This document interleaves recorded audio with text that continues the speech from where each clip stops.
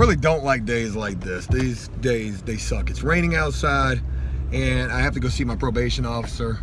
I don't have to see my PO, but like once every 3 months. That's a really good thing. But at the same time, I am trying to get off of probation today. I feel like there's a good chance that I could be placed on unsupervised probation, and that's what I'm shooting for today.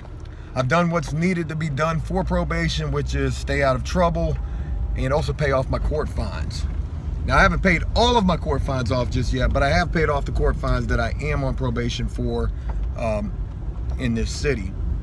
So, again, there is a good chance that I could be put on unsupervised probation, which would mean that I don't have to report anymore. The only thing that I have to do at that point is to just stay out of trouble. Now, I've been on probation and been released from prison for about 1.5 years now, probably a little bit more than that. And again, I haven't gotten in any trouble, haven't done anything wrong or bad or had any kind of dealings with drugs or anything like that. So hopefully today goes well. I did call my probation officer today to just verify the fact that we do have the meeting scheduled for today. And he didn't sound like he was in the greatest of moods, so hopefully this is gonna go okay, I guess. We're about to find out. It's always raining on days when we have to go do stuff. Yep.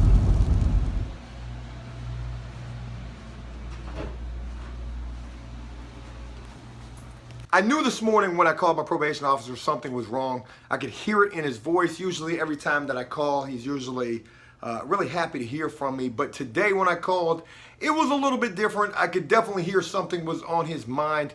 And I knew, I just had this feeling. You get those feelings? Well, I got one this morning when I was talking with my PO. And I knew something was going on. And I'll be damned, something certainly was. I just got back from seeing my probation officer, and again, when I went in there, my objective was to show him this envelope right here, which contains my court fines in it that have been paid off. They're done. At least the court fines for the city that I am on probation for. And because of that, I did have a good argument going in there saying, hey, look, what are the possibilities of either me getting off of probation or at least me being put on unsupervised probation, which means that I don't have to report. Now, I have no problem reporting to probation. That's not the issue. That's not why I want to get off of probation. But it is about to be the summertime. And just like I responded to a comment on yesterday's video saying, it's about to be summertime. And I'm trying to take AfterPrisonShow on the road. And with me wanting to do that, being on unsupervised probation would make that a hell of a lot easier. That way, instead of having to go get travel vouchers and passes, well, being on unsupervised probation, I wouldn't have to do that. But that did not happen today. It did. And I'm about to tell you why. When I got to the probation officer, I checked in. I said, hey, I'm Joe Guerrero. I'm here to see my PO. I waited. My PO came out. I had to go through a metal detector. And then I was walked back to his office. When I got back to his office, he said, hey, how has everything been going? I told him everything was going good. I'm still doing AfterPrisonShow. I'm still doing the videos. Everything is good. And as he was listening to me explain all of this, I could see it in his face that there was something that he really wanted to talk to me about. And as I'm telling him things are going good, I'm thinking to myself, this guy really looks like he's got something that he wants to say. So after I got done telling him all about the videos, he said to me, he said, look, Joe, you know, your channel is getting bigger. And as it continues to grow, things are going to happen. And you really need to be mindful of what you're doing. And I'm thinking to myself, oh my God, what have I done? He then went on to tell me how there was a phone call that came into the clerk's office. Now, the clerk's office is a part of the court system, so I'm thinking to myself, who the fuck would be calling the clerk's office? Maybe this has something to do with Dave. And he said that this phone call that came into the clerk's office was then passed on to the prosecutor. This is not sounding good at all. In fact, I'm getting a little nervous right now, and I have no idea where we're going with this. He said the prosecutor then emailed me, and he said that he read this email that said somebody had called to the courts. They called the courts.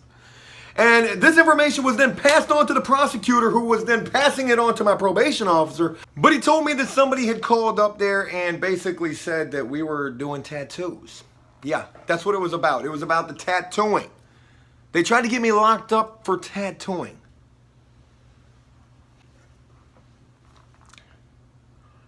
That's really fucking crazy to me, to be honest with you. Like, why?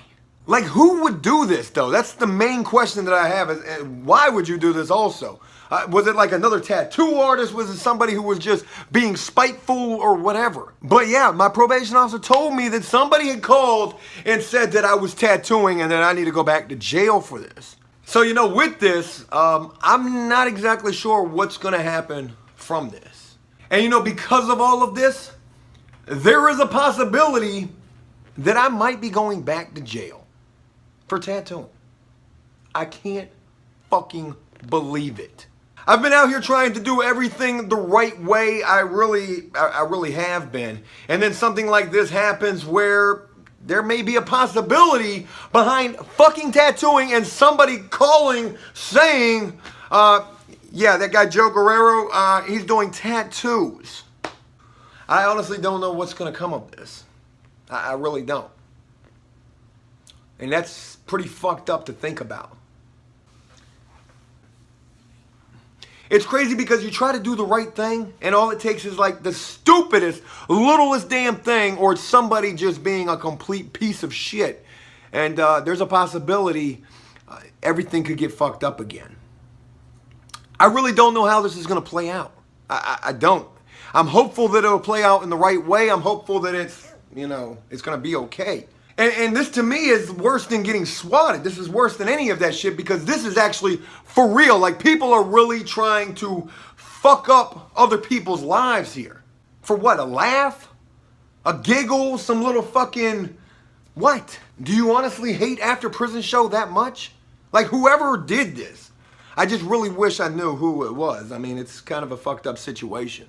But you know what? Regardless, I'm going to keep a positive frame of mind about this. I'm going to continue to do what I always do. Make these videos, make this content here for After Prison Show, and just not worry about this. Because it's stupid as fuck to me, to be honest with you. Really hope it works out, though. Really hope I don't end up getting locked back up again. But to be honest, you know, I feel like there's people who probably just, they won't see that. For whatever reason. And you're a piece of shit for that, if that's what you're looking for. Completely off topic and moving on to something a little bit better, I guess. Dave's situation. I did just get off the phone with Dave a little while ago. I told him about this and he was just completely blown away by this. Here I am talking to Dave, who is in jail, and I'm talking to him, and there may be a possibility that I may be going there my damn self. But as I was talking to Dave, you know, Dave is still dealing with his leg. His leg is still messed up, and he's been sleeping on a portable jail bunk that's basically right up against the toilet, where when you use the toilet, piss could actually be getting on your bed. How crazy is that? But Dave actually was able to get a better bunk. Now he doesn't have to sleep in a bunk that's right by the toilet, where piss could be potentially getting all over his bed. Just how nasty is that? Can you think about that for a second? It's pretty messed up. He also said that he was speaking with a jail official at one point, and he was talking and they were having a conversation through the bars.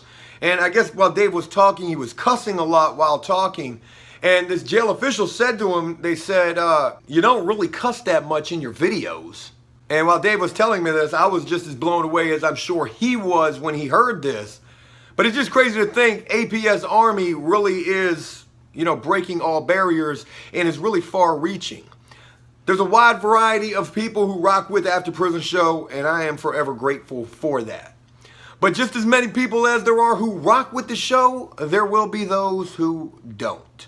And unfortunately, those who don't, for whatever reason, could be malicious, vindictive, and spiteful for no damn reason.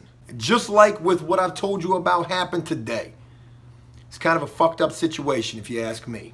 But no matter what, we are going to keep it positive. And with that, I'll go ahead and wrap this video up saying until next time, please, please enjoy life, the free world, never take a moment for granted, and make the most of every day. Peace! Hey, Cody, if I get locked up, you're going to have to hold the show down for me, all right? Gotcha. Roger that.